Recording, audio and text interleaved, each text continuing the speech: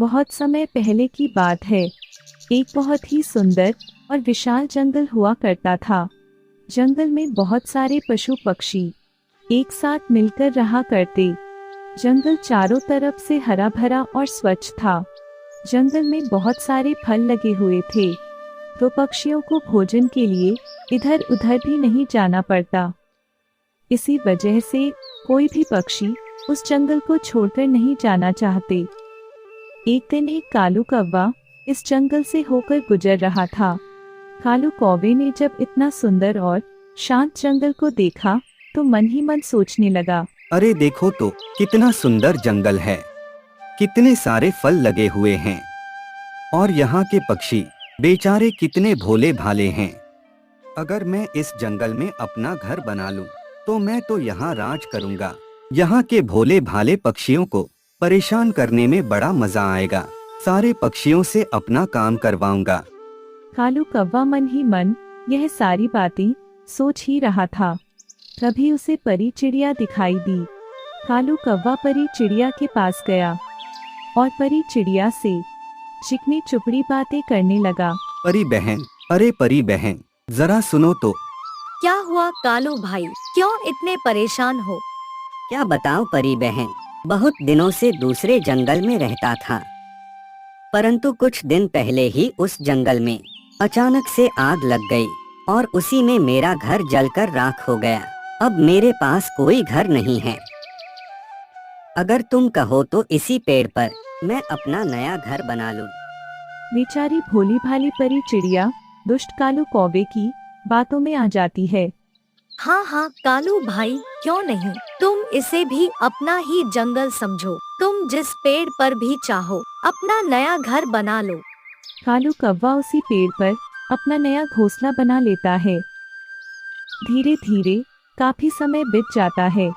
कालू कौवा सारे पक्षियों के साथ दोस्ती कर लेता है और उनके साथ मिलजुल कर रहने लगता है। कुछ दिनों बाद पक्षियों के घोंसले से भोजन गायब होने लगते हैं। भोजन गायब होने के कारण जंगल के सारे पक्षी परेशान हो जाते हैं। किसी को कुछ पता नहीं चलता कि उनका भोजन कहाँ गायब हो रहे हैं। इस वजह से परेशान होकर सारे पक्षी परी चिड़िया के पास जाते हैं। परी बहन, लगता है हमारे जंगल में कोई भूत घुस आया है। क्या हुआ बुलबुल बहन, क्यों ऐसे बोल रही हो? क्या जंगल में कोई घटना हुई है? हाँ परी बहन, हर दिन हमारे घोंसले से भोजन गायब होते जा रहे हैं। हमें तो ऐसा लगता है कि जंगल में कोई भूत घुस आया है, जो एक एक कर हमारे सारे भोजन गायब करते जा रहा है। तुम इतना क्यों डर रही हो बुलबुल बहन? हमारे जंगल में कोई भूत नहीं है। शायद तुम लोगों को कोई बेवकूफ बना रहा है। नहीं नहीं परी बहन, मैं सच कह रही हूँ, हमारे जंगल में कोई भूत है। हाँ परी बहन, बुलबुल चिड़िया बिल्कुल ठीक कह रही है। मैंने भी कल रात को अजीब तरह की डरावनी आवाज सुनी थी। ठीक है, अब तुम सभी लोग अपने अपने घर जाओ। हम लोग कल सुबह जंगल के सरदार के पास चलेंगे। अब वही इस समस्या का कोई हल बताएंगे। सारे पक्षी अपने अपने घर चले जाते हैं। अगले दिन सुबह होते ही सभी जंगल के सरदार के पास जाते हैं। सारे पक्षियों को एक साथ देखकर जंगल के सरदार बोलते हैं, क्या हुआ परी चिड़िया, तुम सब इतनी सुबह सुबह यहाँ कैसे? सब ठीक तो है न? नहीं सरदार जी, कुछ भी ठीक नहीं है। हमें लगता है हमारे जंगल में कोई भूत आ गया है। तुम यह क्या कह रही हो परी चिड़िया? मैं सच कह रही हूँ सरदार जी। एक एक कर जंगल के सारे पक्षियों के घोंसले से भोजन गायब होते जा रहे हैं। क्या तुम सच कह रही हो? हाँ हाँ सरदार जी, परी चिड़िया बिल्कुल ठीक कह रही है। कुछ दिन पहले ही मैंने भी भयानक और डरावनी आवाज सुनी थी। शायद हो सकता है यह उसी भूत की आवाज हो। सरदार जी, अब आप ही बताइए कि अब हम क्या करें? इसका तो बस एक ही उपाय है। हम लोगों को जंगल में रात को पहरा देना होगा। आज से एक एक कर सारे पक्षी रात को जंगल में पहरा देंगे। ठीक है सरदार जी, आज से हम सब एक एक कर रात को जंगल में पहरा देंगे। सारे पक्षी अपने अपने घर चले जाते हैं और उस दिन से एक एक कर रात को पहरा देने लगते हैं। काफी दिनों तक ऐसे ही चलता रहता है। अब जंगल में चोरी होना बंद हो जाती है। सारे पक्षियों को लगता है कि भूत जंगल से चला गया है, इसीलिए तो अब कोई चोरी भी नहीं हो रही। परी बहन, हमें लगता है कि भूत जंगल से चला गया, इसीलिए तो अब जंगल में कोई चोरी भी नहीं हो रही। हमें अब रात को पहरा देना बंद कर देना चाहिए।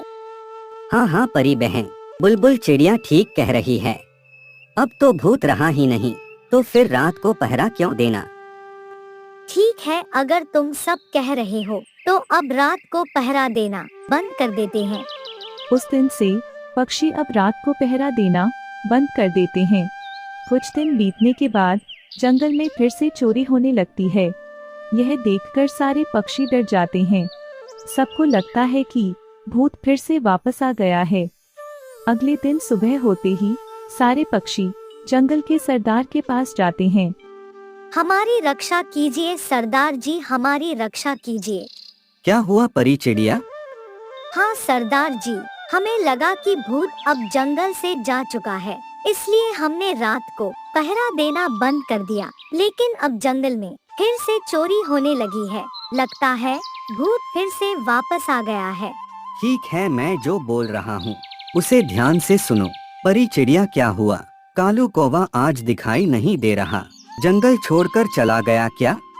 नहीं सरदार जी, कालू कौवा अभी सो रहा था, इसीलिए आज हमारे साथ नहीं आया। मैं कई दिनों से देख रही हूँ, कालू कौवा दिन भर सोते रहता है और रात होते ही पता नहीं कहाँ गायब हो जाता है।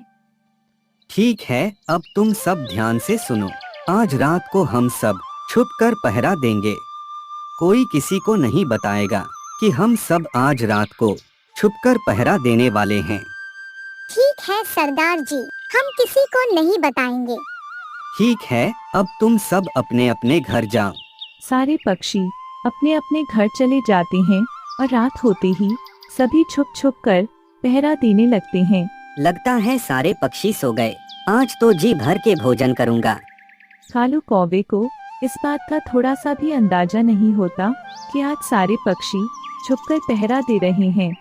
कालू कौवा अपने घोंसले से निकलता है और एक पक्षी के घोंसले में जाकर भोजन चुराने लगता है। तभी सारे पक्षी मिलकर कालू कौवे को पकड़ लेते हैं। कालू कौवा, तुम तो इतने दिनों से तुम जंगल में चोरी कर रहे थे और भूत के नाम से सबको डरा रहे थे। मुझे माफ कर दीजिए सरदार जी, मुझसे बहुत बड़ी गलती हो गई। आज के बाद मैं कभी चोरी नहीं करूँगा और किसी पक्षी को परेशान भी नहीं करूँगा। नहीं कालू कौवा, तुम्हें हम माफ नहीं कर सकते। पक्षियों, इस कालू कौवे को मार मार कर इस जंगल से बाहर कर दो। सारे पक्षी मिलकर कालू कौवे को मारने लगते हैं और मार मार कर कालू कौवे को जंगल से भगा देते हैं। जंगल में अब सारे पक्षी फिर से खुशी खुशी रहने लगते हैं।